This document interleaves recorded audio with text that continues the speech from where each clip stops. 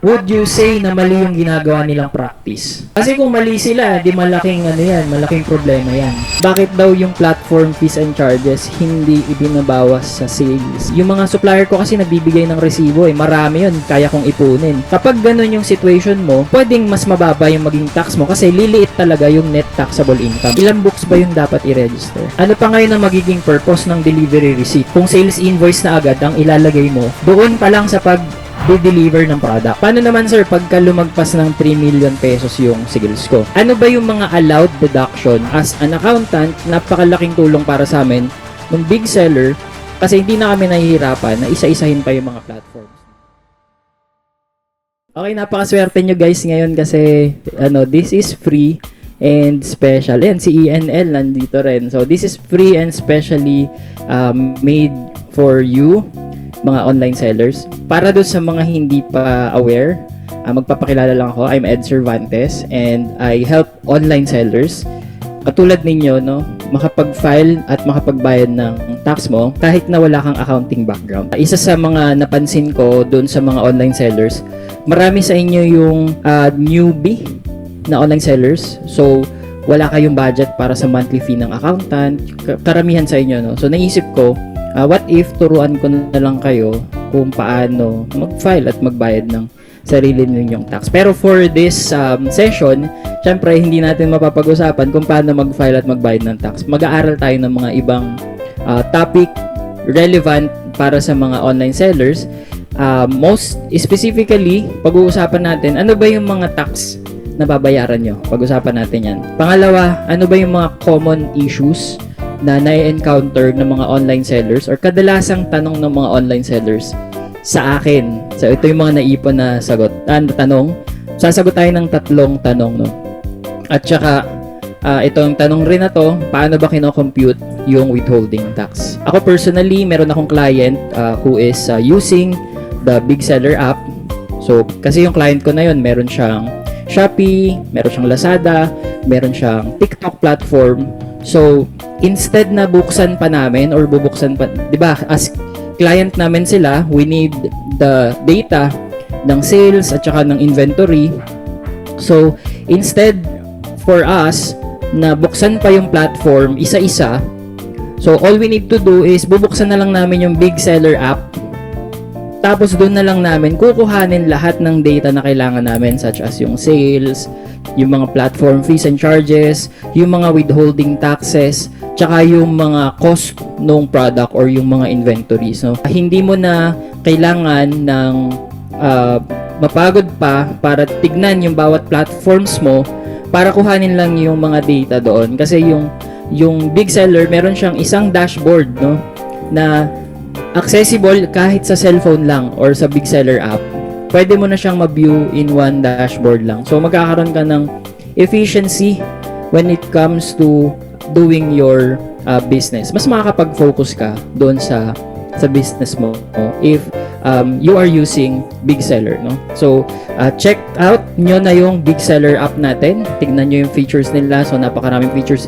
Hindi ko na ma-discuss dito lahat. Pero, for us, meron kaming isang big client who is actually using Big Seller, and as an accountant, napakalaking tulong para sa amin ng Big Seller kasi hindi na kami nahihirapan na isa-isahin pa yung mga platforms ng Shopee, ng TikTok, or ng Lazada. We will go to our main discussion, Pag-usapan natin yung ano ba yung mga tax na usually na binabayaran ng mga online seller. Ang una natin pag-uusapan ngayon is usually or normally, ano ba yung mga tax na binabayaran ng online sellers? Actually, wala to sa doon sa mga regular ko na webinar tutorials. Kaya very special to para sa inyo. Nakikita nyo dito, meron tayong annual sales, taxpayer type, tax type option, percentage tax, or yung tinatawag nating business tax. So, we also have income tax dito at saka value added tax. Normally guys, kapag yung ating sales ay 3 million or less, okay? 3 million or less, ang i-advise sa atin ni BIR na tax type ay non-VAT, okay? Non-VAT. So basically yung non-VAT or VAT ano yan sales ang basis nun. Pag 3 million or less, no? Kapag naman yung sales natin is more than or above 3 million pesos, okay, usually ang i-advise sa atin, o hindi pala usually, i-advise na talaga sa atin na mag-VAT registered ka na. Okay? So, yan yung dalawa. Now, kapag non-VAT ka, meron kang dalawang option na pamimilian, isang 8% o kaya naman isang graduated. Bawa, re-register ka ngayon, less than 3 million ako. Parang mamimili ka doon, hindi pala parang, mamimili ka during the registration mo, 8% ka ba or graduated? So, yan yung options mo kapag non-VAT ka. Kapag pinili mo yung 8% doon sa initial registration mo, ito lang yung tax na ipa-file mo every year. Income tax, 4. Magpa-file ka ng first quarter, second quarter, third quarter, at saka annual. So basically, 4 lang yung ipa-file mo na tax return. Wala kang ipa-file na percentage tax, tapos wala ka ring ipa-file na value-added tax. Now, kapag naman ang napili mo, o kaya hindi mo napili yung 8% during the initial registration, usually, makikita mo dun sa certificate of registration mo, may nakasulat na percentage tax.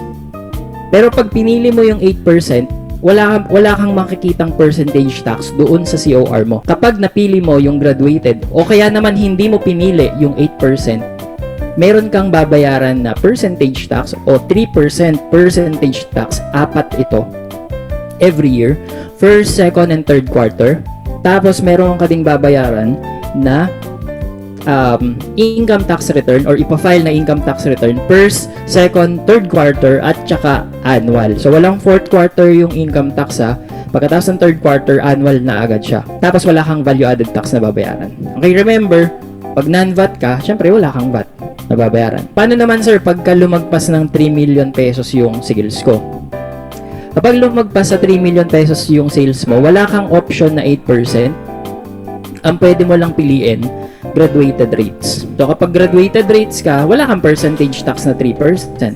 Or, pag VAT registered ka, wala kang ipa-file na 3% percentage tax. Kasi, ang ipa-file mo kapalit ng percentage tax ay value-added tax. 4 din to, pero 12% na yung rate nito ng value-added tax. Instead, di ba dito sa percentage tax, 4 din yan, pero 3%.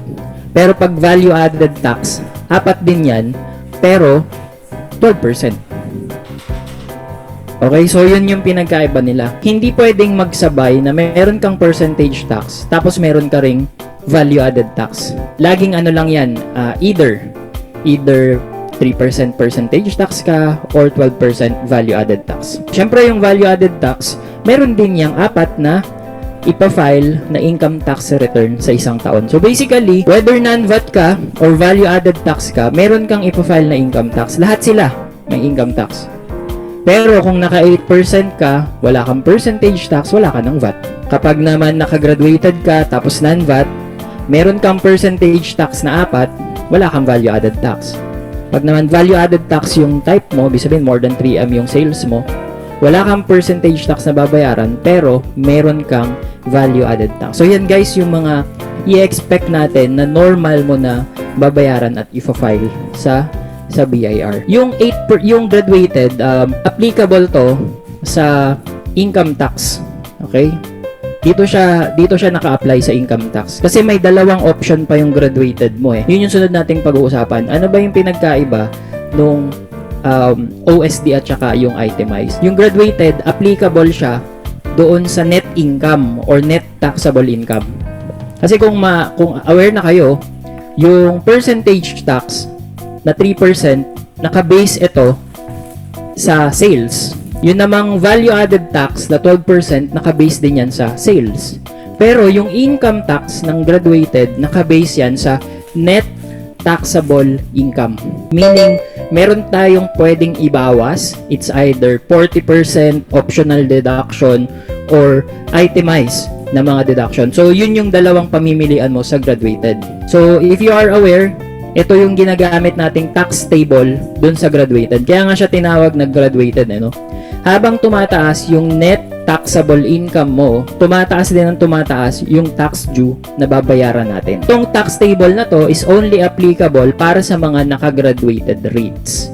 Hindi ito applicable sa mga naka 8%. For more understanding nung ano ba yung pinagkaiba ng OSD at saka nung itemized, pag-usapan natin yung OSD at saka itemized. So dito muna tayo, no? If yung sales mo is 3 million pababa, syempre naka non-VAT ka, 'di ba? Yung 8% kung maalala nyo, wala tong percentage tax, wala rin tong VAT. Pero ito na yung sinasabi ko sa inyo. Itong dalawa, yung OSD or itemized, yan yung sinasabi nating graduated rates, no? Diyan sa graduated rates, meron tayong 3% percentage tax on sales. Parehas sila, OSD. Basta yung sales niya is 3 million or less or naka non-VAT siya. Kapag naman ito yung situation niya, more than 3 million yung sales, sa 8% hindi applicable kapag more than 3 million, kung maalala nyo. So kapag naka-graduated rates ka, subject ka sa 12% VAT on your sales. Okay, yung benta mo, every sale may 12% VAT. Dito naman sa non-VAT, every sale may 3% na percentage tax. Pag-uusapan naman natin yung income tax, no? Pag ang napili mo is 8%, 8% of your gross sales. Okay, gross sales yung pinag-uusapan natin dito, hindi yung may bawas ng expenses pagdating sa 8%. Pero kapag optional deduction ang pag-uusapan natin at saka itemized deduction, so ito na nga yung graduated. 'Di ba? Ang rate niya is 0% hanggang 35% of net income or net taxable income. So, pareha sila. Yung optional standard deduction at saka itemized deduction, 0% to 35% of the net taxable income sa income tax. So, ano ba yung basis ng income tax natin? No? Basis of income tax. Kapag dito tayo sa 8%, ang basis natin dito is your gross sales. Now, kapag optional or graduated, optional standard deduction or itemized, so meaning yung dalawa na yan is under the graduated rates. Kapag yan, ang basis natin is net taxable income. So, dun na nga natin i-multiply yung 0% to 35%. Okay? Ano ba yung mga allowed deduction kapag naka 8% ka? Kapag naka 8% ka, ang allowed deduction lang natin dito is 250,000 kahit na wala kang expense na patunay, no? Kahit wala kang expenses dyan. And take note, dapat employed. Hindi ka employed, no? Pwede ka lang magbawas ng 250,000 sa 8% kung hindi ka employed. Pero kapag employed ka, tapos pinili mo yung 8%, wala kang deduction na pwedeng ibawas. Ang pwede mo lang ibawas dyan, yung mga returns, discounts, yun lang yung mga pwede mong tanggalin. Kung nakagraduated ka, tapos ang pinili mo, OSD, ang pwede mong ibawas sa income mo or sa sales mo is 40% of your gross sales para mag-come up ka sa tinatawag nating net taxable income. Tapos yung net taxable income na yon is subject to 0% to 35% of your net taxable income. Kung ang napili mo naman is itemized, meaning sabi mo, yung mga supplier ko kasi nagbibigay ng resibo, marami yun, kaya kong ipunin. So mukhang pabor kapag inipon ko yung mga resibo, tapos yun yung ibabawas ko, no? Kapag ganun yung situation mo, pwedeng mas mababa yung maging tax mo kasi liliit talaga yung net taxable income. Unlike with your optional standard deduction na 40% lang ang pwede mong ibawas, wala nang iba. Pero dito, sa 40%, hindi mo kailangan ng resibo na valid from your suppliers. Fix na yung 40%. Unlike with itemized deductions, kailangan mo ng actual and valid invoices from your suppliers para mabawasan mo yung net taxable income para lumiit yung income tax due mo from 0% to 35%. Again, sa 8%, ang pwede mo lang ibawas 250,000 kahit walang pruweba ng resibo, provided hindi ka empleyado. Pero kapag empleyado ka, wala kang pwedeng ibawas dyan. Kapag optional standard deduction ka, ang pwede mong ibawas is 40%, naka-fix na yan, kahit walang proof ng resibo, okay lang. Pero kapag itemized deduction, kailangan meron kang valid invoices from your suppliers. Kasi pwede mong pababain talaga ng todo yung net income mo kapag naka-itemized deductions ka. Kaya lang, kailangan valid yung mga kiniklaim mo na mga resibo. Ano ba yung basis naman ng business tax? Business tax, diba yung percentage tax or VAT, no? Kapag 8%, pag qualified siya, wala tong business tax. Ang meron lang sa kanya is income tax. Sa optional standard deduction, gross sales ang basis natin. Take note, dun sa gross sales, ang pwede mo lang ibawas. When I say business tax, ito yung percentage tax at VAT ha. Dun sa gross sales, ang pwede mo lang dyang ibawas is mga returns at saka discounts provided by the seller. Hindi mo pwedeng ibawas dyan yung mga expenses from your platform fees and charges. Financial statement tayo. Sino dun sa tatlo yung required mag-submit ng financial statement? Okay, so ito siya. Kapag naka 8% ka, hindi ka required mag-submit ng financial statement. So, at least lesser na yung trabaho mo dyan. Pag naka-optional standard, hindi mo na kailangan mag-submit ng financial statement. Pero, pag naka-itemized deduction ka, kailangan mo mag-submit ng financial statement kahit na 3 million pababa yung sales mo. Paano pag lumagpas ng 3 million yung sales mo? Ang kailangan mo na dito is audited financial statement. Pag 3 million pababa yung sales mo, pwedeng ikaw gumawa ng financial statement kahit ikaw mismo. Kung marunong ka, pwede mong ipasa kay BIR yun. Pero kapag more than 3 million yung sales mo, kahit marunong ka pang gumawa ng financial statement, kailangan mong ipa-audit yan sa isang certified public accountant, katulad ko, at kailangan magbigay ako ng audit report dyan na tama yung financial statement na ginagawa mo bago siya ipasa kay BIR. Kailangan mo lang yung audited financial statement kapag yung sales mo ay lumagpas na ng 3 million sa isang taon. Sino ba yung pwede mag-BMBE? So dito, ang pwede lang mag-BMBE yung mga naka-itemized deductions. Ano ba yung benefits ng mga naka-BMBE or Barangay Micro Business Enterprises? Ang benefits nila, wala silang income tax, pero meron pa rin silang business tax na babayaran. It's either percentage tax o kaya naman value-added tax, depende dun sa sales nila. Ano ba yung threshold or sino ba yung mga qualified na mag-apply for BMBE? So yung 8% at saka OSD hindi sila allowed. Pero yung itemized deduction allowed sila. Ang threshold nito is 3 million assets, excluding yung value ng land. Okay? Ano ba yung mga asset? Value ng inventory mo, pera, kung may sasakyan ka, kung meron ka mga equipment na ginagamit mo sa online selling, yun yung mga assets, no? 3 million and below yung assets mo, pwede ka mag-apply ng BMBE. Pero kapag more than 3 million yung assets mo, hindi ka pwede mag-apply ng BMBE. And last note is yung gross sales na pinag-uusapan natin dito ay bawas ng VAT, discounts, returns, and allowances. Hindi mo lang dyan ibabawas yung platform fees and charges. Okay, so Miss Anne, yun yung first part nung aking ang topic. Ano ba yung tax na binabayaran normally ng mga online sellers? Nag-create lang ako dito ng ito yung parang commonly asked questions ng mga online sellers na hindi nauubos. Sir, kailan ba dapat magresibo? Sabi ng iba, accrual daw. Kaya order creation. Sabi nila kapag daw sa completed, ano daw yun? Ibig sabihin nun, cash basis ka daw doon pag completed.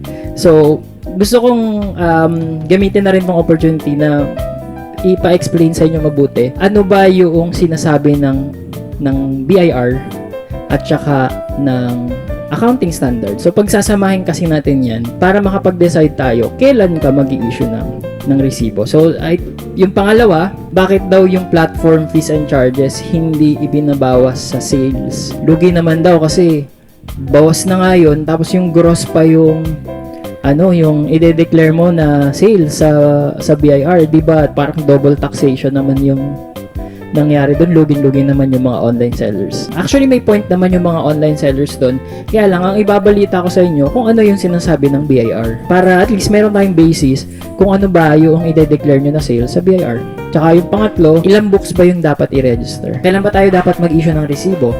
Ito yung mga pamimilian kadalasan dyan Order creation, shipment date, delivery date, o kaya naman completed date. Sasabi ng iba, accrual sabi sa BIR. So, dapat order creation. Kasi kapag completion ang ginamit mo o kaya naman yung settlement date, ibig sabihin daw nun, cash basis na daw agad yon, sabi nila. May nabanggit ba yung BIR na kapag sinabi mong accrual, that means order creation? Na kapag ba ginamit mo yung completion or settlement date, it means cash basis ba yon?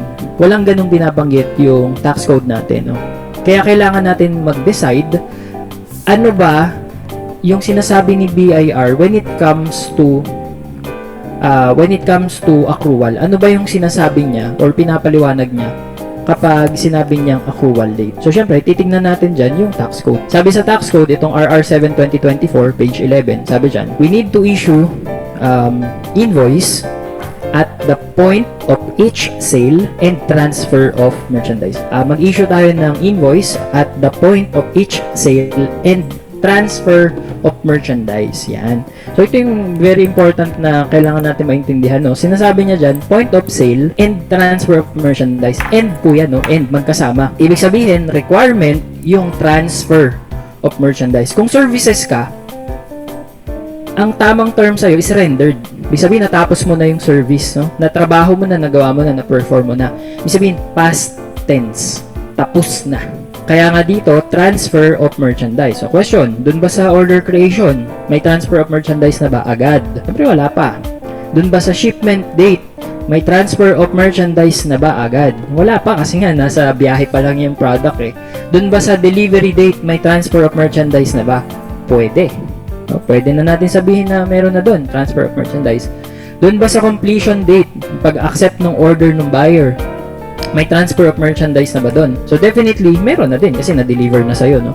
Ibig sabihin, doon sa portion ng delivery at saka doon sa completion, doon tayo pwedeng mag-decide kung alin yung kukuhanin natin doon as the invoice date, no? The invoice date or the point of sale. Ano ba yung pinapaliwanag naman sa accounting standard? Kasi kailangan pagsamahin natin yung explanation ng BIR at saka explanation ng accounting standard. Sabi sa accounting standard, yun daw yung income daw from selling of goods.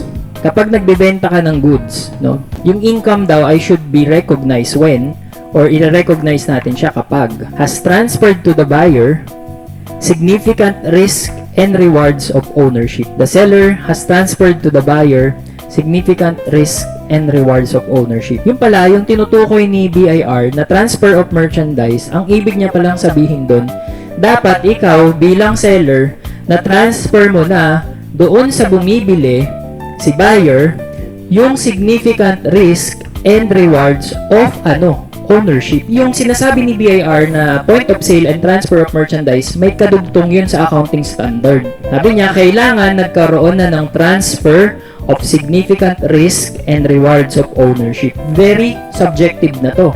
Kasi pwede na natin pagtalunan eh. During the delivery, meron ng transfer of significant risk and rewards of ownership. What if di pa ina-accept yung order? Nag-deliver lang. Di pa niya ina-accept yung order. Masasabi mo ba na may transfer na ng significant risk and rewards of ownership sa buyer? Pwedeng hindi pa. Pero kung sasabihin mo ba na in-order accept na niya, dun mo ba masasabi na significant na yung na-transfer mo na risk and rewards of ownership dun sa buyer? For me, kung ako magde-decide, sa completion date talaga. Pag pinagsama mo itong dalawa, yung definition ni BIR ng point of sale and transfer of merchandise at saka yung transfer of significant risk and rewards of ownership. Kung hindi invoice ang i-issue mo during the order creation, anong document yung gagamitin mo? Doon na pumapasok yung purpose ngayon ng sales order, di ba? Kaya nga may tinatawag tayong sales order or purchase order. Itong document na to, yung ginagamit kapag merong umu-order. Sa accounting perspective, never magkakaroon ng accounting entry kapag umu-order pa lang yung customer mo, no? Sa accounting perspective. Ibig sabihin, dun sa order creation ng mga online seller, yung confirmation na natatanggap ng buyer at saka yung nakikita mo, ang tawag doon, sales order. Dun sa order creation. Meaning, kaya merong sales order na document kasi para talaga yun dun sa order creation. Now, during the shipment and delivery, ano bang documents yung dapat ini-issue? Diba sabi nila dapat daw isingit na sa parcel yung sales invoice pag dinideliver na. Ano pa ngayon ang magiging purpose ng delivery receipt? Kung sales invoice na agad ang ilalagay mo, doon pa lang sa pag-deliver ng product, diba? Kaya nga may tinatawag na delivery receipt kasi yun ang purpose nun. Proof of delivery. Yung pag-accept ni buyer o yung pag-deliver kasi hindi agad automatically natapos na yung sale or nagkaroon na agad ng sale transaction. proof pa lang yun na na-deliver yung product. O what if, affiliate mo lang, pinadalahan mo lang ng product. O di ba? Anong document yung proof mo doon? Better still, delivery receipt. Paano kung transfer lang from one warehouse to another warehouse? Sales invoice ba yung gagamitin mo doon? Hindi. Mas maganda pa rin is delivery receipt. Paano kung consignment pa lang? Iiwanan mo lang muna sa kanya tapos ipapabenta mo lang. Consignment.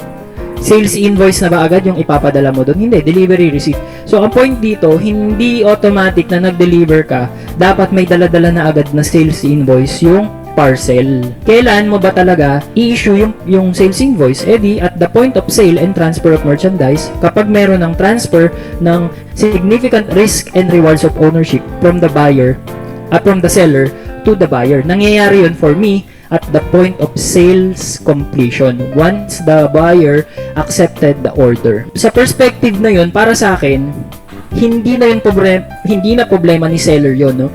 It's more of the buyer's problem. Kapag nag-request ka naman, di naman kita tatanggihan di ba? Ang gagawin ko, i-issue ko yung resibo. Susulatan ko siya, mano-mano, tapos basta i-issue ko siya, tapos pwedeng i-send ko sa'yo yung picture, di ba? Nanghihingi ka ng physical copy, sino bang may kailangan sa atin? Ako ba or ikaw? So, kung ikaw yung may kailangan, dapat ikaw ang mag-arrange ng pagkuha ng physical copy. Kasi kung sasabihin mo sa akin na, kailangan ko yan for business expenses ko kasi pag mag-file ako ng ITR, pambawas ko yan. Kailangan mo. It's your concern, hindi ko concern. Ang importante ako, at the point of sale, nung na-complete yung sale and transaction natin, nung na-kompleto na yon, nag-issue ako ng invoice Available siya sa akin yung invoice. Anytime pwede mong pick upin, anytime pwede mong i-request na ipadala ko sa'yo. Pwede kong picturean, tapos isa-send ko na lang sa'yo. Kung papayagan mo, kung tatanggapin mo yun. Pero kung gusto mo ng physical copy, for me, it's not my problem. Kasi ikaw yung merong kailangan No, parang ang nangyayari, dahil kailangan mo ng physical invoice, ako ngayon pinapaproblema mo, hindi ko naman talaga yung problema. Sana pala, kung kailangan mo ng physical copy, pumunta ka sa physical store. Doon ka bumili, mamasahe ka, magastos ka ng time, abala, 'di ba? Mas mahal pa nga siguro yung magagastos mo kapag ikaw ang pumunta personally sa physical store versus ipapadala mo, ipapaship mo yung physical copy ng resibo. Nag-issue ka pa rin naman ng resibo at the point of sale. Kaya nga lang ang tanong, sino ang magpapadala ng physical copy? For me, as a seller, hindi ko to problema. Ikaw ang mag-arrange ng pagpapadala ng physical copy. Ikaw yung gagastos doon. Kasi nag-issue pa rin naman ako at the point of sale and transfer of merchandise. So, nagigets nyo ba yung yung ibig ko sabihin doon na yung iba kasing mga buyer, pinapaproblema nila yung seller na dapat ipasingit dun sa parcel yung sales invoice, which is hindi naman talaga pa dapat dahil wala pa namang sale na nangyayari. Ang dapat na nakasingit dun is delivery receipt. Di ba meron namang shipment details yung mga courier, yun na yung magsaserve as delivery receipt. Kaya nga may order, kaya nga may sales order, kaya nga may delivery receipt, kaya nga may sales invoice, kasi magkakaiba yung function ng mga yan. Yung sales order, ginagamit mo siya during the order creation. Yung delivery receipt, ginagamit mo siya during the shipment and delivery. Yung sales invoice, ginagamit mo siya during the completion of the sale transaction. Proof na completed na yung bentahan. So, sana na nakukuha nyo yung ibig sabihin ko doon na kung may humingi man sa'yo ng physical copy ng resibo, dapat siya mag-arrange ng delivery. Kasi nag-issue ka pa rin naman nagsulat ka. No? Sinulatan mo. Parang ganito, sinulatan ko yung sales invoice ito yung physical copy na sa akin. Sino ngayon ang kukuha nito? Ako ba or ikaw? Diba? Basta itong sales invoice na to, in-issue ko siya, available anytime, pwede mong kuhanin yung physical copy dito. Yun yung point ko. No? Kung kailan ba dapat, sabi ng BIR, at the point of sale and transfer of merchandise. Yun lang. Susundan mo lang yun. Kailan ba yun nangyayari? Sabi sa IAS 18, when the seller has transferred to the buyer significant risk and ownership, rewards of ownership. Okay? So na kung hindi pa kayo masyadong convinced, meron ako ditong pinost na about dun sa completion. Ipapakita ko lang sa inyo ng mabilis. Kasi ito na-confirm ko to sa Shopee. Ito as buyer's perspective to ha. Nakita nyo dito mayroong order time, August 31, payment time, August 31, shipment time, September 2, completed time, September 7. Yan yung importante, no? September 7. Yung platform, nagge-generate siya ng automated invoice or e-invoice, no? Makikita mo siya dito. Pwede mo siyang isend via email. Kapag nag-generate ng automatic e-invoice, hindi ko sinasabing valid yung e-invoice na generate ng ng platform, ha. Kasi lang yan parang auto-generated for transaction monitoring purposes lang. Ang gusto kong maintindihan nyo dito, nung i-generate ko yung e-invoice doon sa platform, ang nakalagay na date issued is September 7. Ano ba yung September 7 na yan? Yan yung completed time. Hindi niya in-issue yung e-invoice noong order time, payment time, or shipment time. Even not the delivery time. Ito yung delivered time, September 3. Pero yung e-invoice na generate automatically ng platform ng Orange app ay September 7. Okay? Ang point ko dito, logically speaking, dapat tutugma yung date kapag nag-issue ka ng invoice manually doon sa date na automated na generate ng Orange app. Okay? Logically speaking, dapat parehas sila ng date. No? Kaya lang kasi yung nakalagay dito is auto-generated lang. And luckily may mga nagko-comment dito. Sabi niya, ganito rin yung sa akin, yung date na nilagay ni Shopee doon sa invoice ay order received si buyer. Meaning, completed na siya. At meron akong nakausap na isang online seller na nag-send siya ng maraming sample na valid invoices at doon niya ipinapakita na yes sir, nagtutugma doon sa order completion yung mga resibo na inisyu sa amin nung malalaking kumpanya.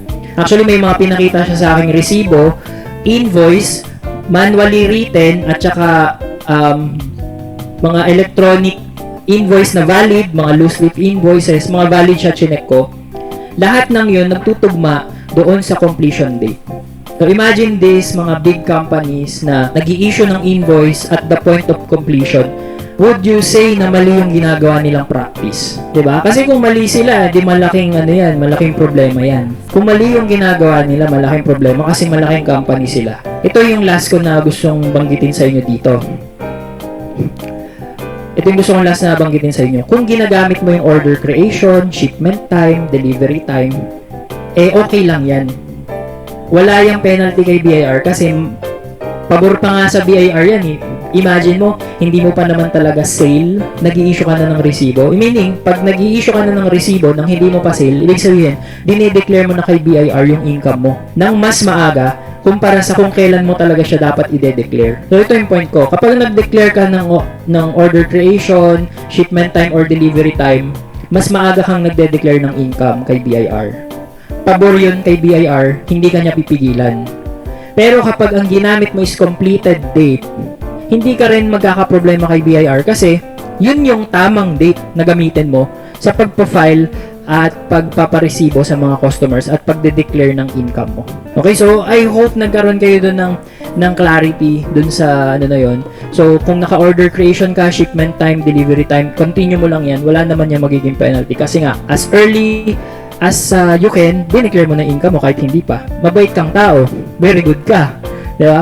Pero kung completed time yung ginagamit mo, okay lang din kasi you are following the tax code and the accounting standards. Okay? As well as yung mismong platform, completed time, yung mismong mga big companies na nag-i-issue ng sales invoice sa mga customers nila, completed time din yung ginagamit nila. So, ang gagamitin kong reference dito, itong Blue App. Una siguro pag-usapan natin, ano ba yung withholding tax? Para saan ba 'yon, no? Ano bang mapapala natin doon? So, una, yung withholding tax. System kasi to ni BIR para yung mga nagbi-business, hindi na sila makakapagtago ng income. So, system talaga siya ni BIR na way niya yon para bago mo gastusin yung pera mo, nakakuha na siya ng konting tax doon. Parang sweldo mo, no? nakakuha na si SSS, PhilHealth, Pag-ibig ng share nila. Parang ganun. So, instead na magastos mo pa yung pinakasweldo mo, kumuha na muna sila. So, hindi mo na ngayon naiisip na may ganun ka nga palang pera na natanggal dun sa sweldo mo. Ganun yung withholding tax sa business. No? Para tayong nag-a-advance tax payment kay BIR. Kumbaga, instead na matanggap, kasi di ba pag natanggap natin yung pera natin na buo, feeling natin atin yun. Feeling natin, pwede natin siyang gastusin. So, in terms of budgeting, baka mapagastos lang tayo. Pero kapag meron na siyang bawas or meron na siyang kaltas, at least, nakapag-advance tax payment ka na. So, basically, yung withholding tax is your advance tax payment kay BIR para kapag nag-file ka na ng tax, pwede mo siyang gamitin pang bawas nung payable mo talaga. No? Pero yung wini-withheld sa'yo ni BIR ngayon, hindi pa yan final. Ano lang siya, parang konting kutig pa lang. Maalala nyo, may 8%, di ba? Ito nga, ano lang 0.05%. 0.5% lang siya. Itong withholding tax, no? Pag-usapan natin, paano ba siya kino-compute, no? Ito tayo. Sample tayo dito. Para sa mga non-VAT registered. So, ang una natin kukomputin sa withholding tax, yung gross remittance na tinatawag. Okay, gross remittance, no? So, syempre, yung gross remittance, for example, 576 pesos yung product price mo, pwede mong ibawas dyan yung discount na ikaw yung nagbigay. Okay? Actually, pwede mo rin ibawas dyan yung mga returns. Okay? Pag nabawas mo na dyan yung discounts and returns, so dito, in this case, 576 pesos minus 50 seller sponsored discount minus 25 seller sponsored voucher. Ibig sabihin, ikaw yung nagbigay niyan eh. Discount mo yan sa customer mo eh. Equals 492. Ito na ngayon yung tinatawag nating net sales. Yung 492 net sales mo yan. Okay? Kailangan nyo maintindihan to ha. So, ito yung selling price. Ang selling price natin dito is 567. Okay? 567. Tapos, yung mga discounts natin doon sa example ni Shopee, meron ditong 50 pesos at saka 25 pesos.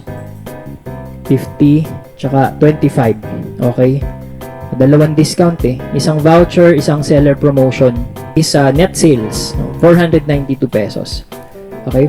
Kapag binawas natin yung platform fees and charges, so dito sa situation na to, ang total platform fees natin is 15 pesos. Okay? Ang tawag dito sa 477 is gross remittance.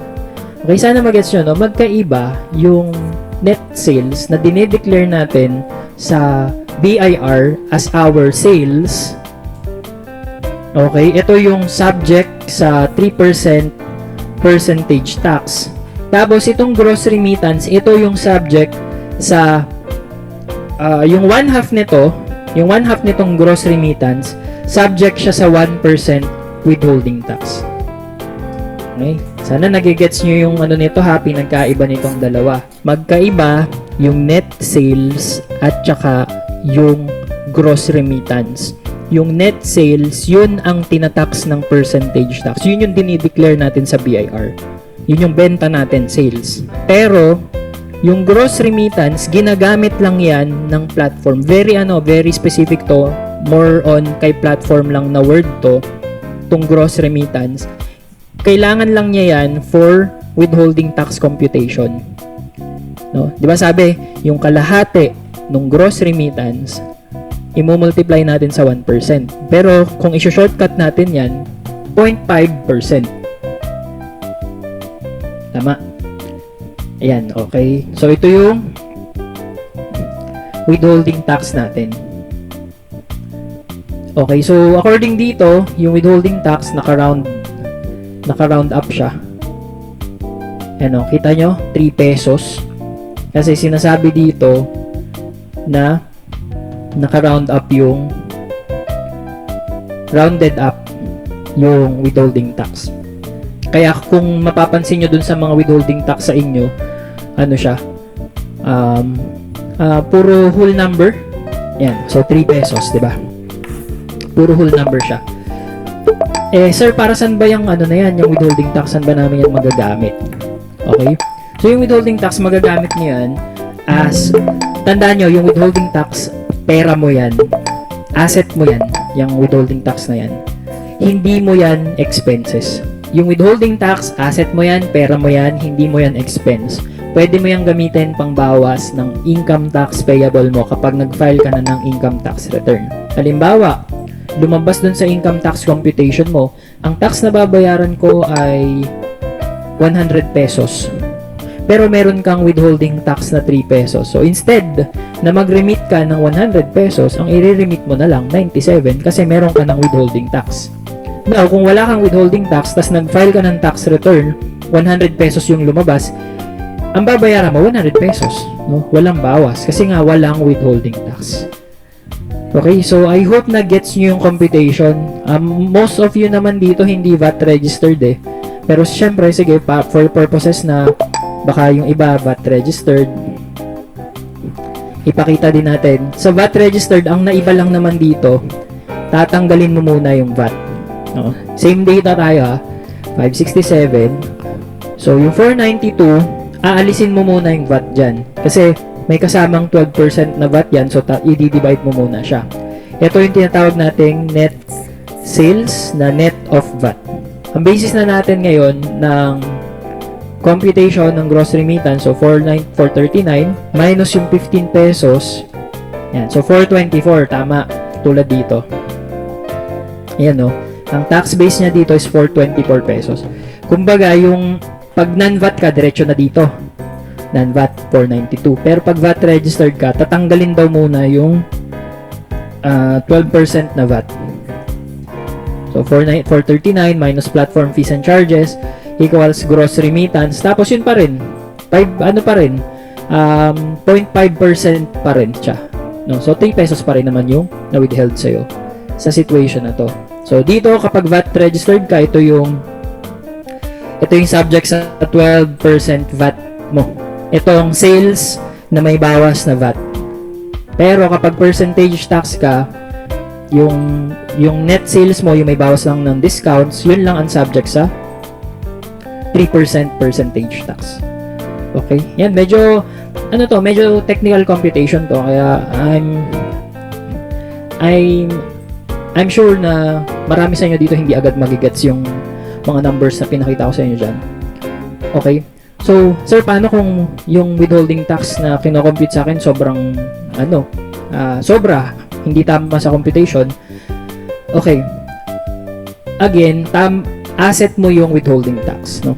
Whether or not sobra or kulang yung ibinawas sa'yo ni platform, hindi mo problema yon. Kasi pwede mo siyang gamitin kapag nag-file ka na ng income tax mo, pwede mo siyang gamitin pangbawas ng income tax payable.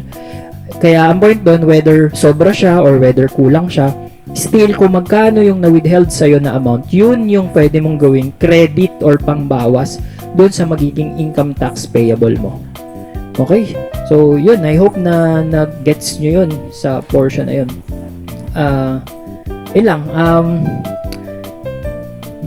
Actually, doon na ako mag-i-end sa topic na yun, sa withholding tax computation, Miss Anne. Ayan, nabasa ko, sabi ni Miss Lot, kung halimbawa po picture lang yung pinadala, valid po ba yun sa BIR? Valid yun when it comes to i-declare mo siya for tax purposes na magpa-file ka ng tax returns mo, valid naman yun. Pero pagdating sa BIR audit kasi, hihingin nila yung physical copy. So meaning, just in case dumating yung time na magkaroon ng audit, as much as possible, meron kang copy ng physical document na yun. Pero ngayon kasi, for sure naman yung mga auditor, naintindihan naman nila na eventually we will be on a digital world. So for me, pwede mong gawin dyan, pagka pinicturean sa'yo, i-print mo. Diba? So, at least may physical copy ka. Parang ganon. Hindi nga lang siya yung pinaka-original na document. I-print mo. So, yun yung just in case ma-audit ka, edi possibly, dun mo i-request kay seller yung physical copy ng document. Yep. So, meron pang next question dito. Si big seller, may way ba para makita yung mga withholding tax? Medyo about big seller app na to I think, oo, kasi lahat naman ng data from the platform, ipipick up lang naman ni big seller yun Kukunin lang yan, di ba? So, Sir, meron kami lahat ng data. kung hindi ka pa aware, Drex, meron akong community for online sellers. Ito, meron tayong 21,000 members dito for online sellers. On September 13 and 14, meron tayong third quarter tax filing workshop. Okay, live yan, 6 p.m. Kung gusto mo mag-join, pumunta ka lang dito sa Blue App. Hanapin mo lang to sa Blue App, itong community natin. Pagpasok mo dyan, i-click mo lang yung featured post. Ito, nandito yung complete instruction kung paano mag-register. Right now, meron tayong 35% off. Until September 12, no, pwede ka mag-register. Yan, okay? Tapos kung okay lang din sa inyo, follow nyo na rin ako dito sa TikTok account ko at Cervantes Easy Tax PH. Follow nyo na rin si Sir. Ito. Follow nyo na rin ako dito sa TikTok. Lagi siyang updated. Yan, siya okay? nag-upload. So, thank you guys. Ayun lang. Thank you din, Sir Ed. Yun lang sa end ko, Miss Ann. Thank you rin sa opportunity na to and I hope yumaman po tayong lahat. Yayaman tayong lahat. Yayaman tayong Yayaman lahat. tayo. Ayun, thank you sa mga ka-online seller. Yayaman tayong lahat. Thank you so much. Abangan nyo rin po pala yung mga susunod naming live next week po. Ayan. And salamat po sa mga ka-online seller natin. Then kay Sir Ed. Ayan. Thank you so much, Sir